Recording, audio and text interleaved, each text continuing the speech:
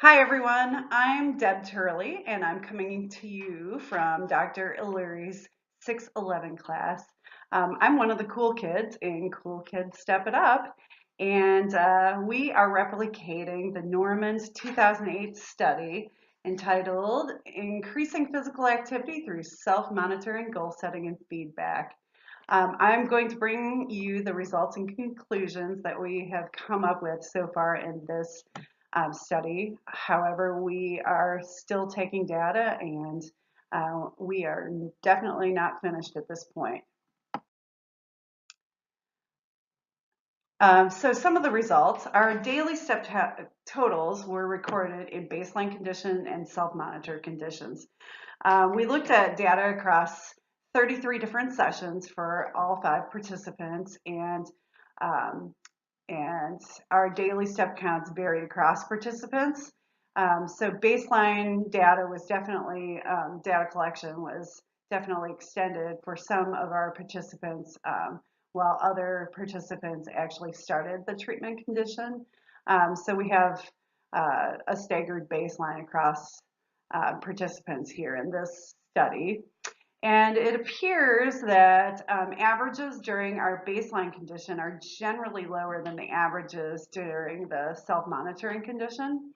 And this is true for 3 of the 5 participants, and we'll get into some of the differences for the other 2 participants a little bit later. So our first participant to go to the intervention 1 condition, which was the self-monitoring, was Megan R. So we're going to start with her data. When we look at her averages across baseline 1, self-monitor 1, baseline 2, and self-monitor 2, you can see that her data are actually lower in the baseline 1 condition than they are to the self-monitor conditions in both cases of the reversal. So baseline 1 is lower than self-monitor 1, and baseline 2 is lower than both of those and the self-monitor 2 condition.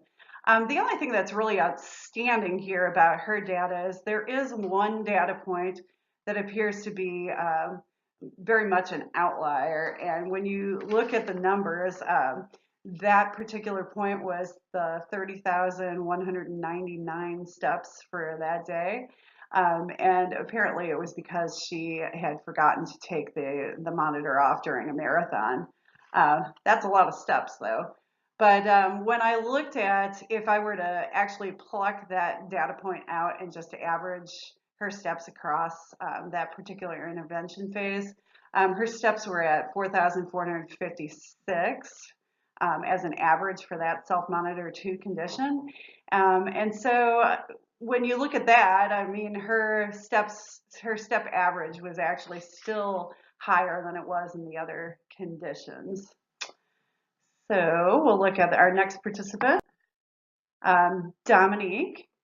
So when we look at Dominique's data, her baseline 1 versus self-monitor 1 averages, the baseline 1 condition is definitely lower than the average in self-monitor 1. However, her baseline 2 steps are actually higher than her self-monitor 1 and baseline 1 steps. So it'll be interesting when we get to the point where there's a reversal in her treatment condition to see where it goes from at that point.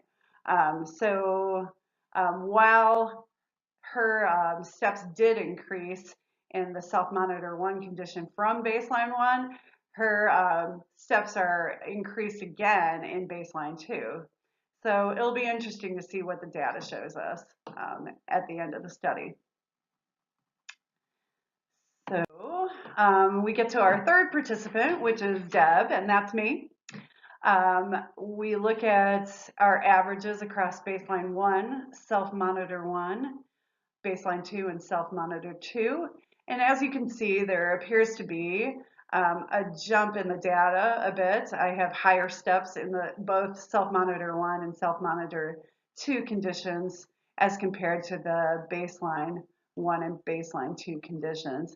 And really, my data appears to be relatively stable across all conditions. However, it does appear to be trending upward. So we look at Thomas's data, and again, we have baseline one average as 8,650 steps, and the self-monitor one average is 8,764 steps.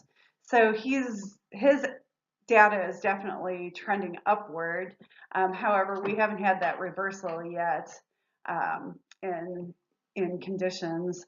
Um, so it's hard to say if his data is going to show a trending upward with the self-monitor condition overall. When we look at the graph there, it does appear that the steps are kind of falling off, but when we look at it in terms of averages, the self-monitor one condition is still higher than the baseline one condition.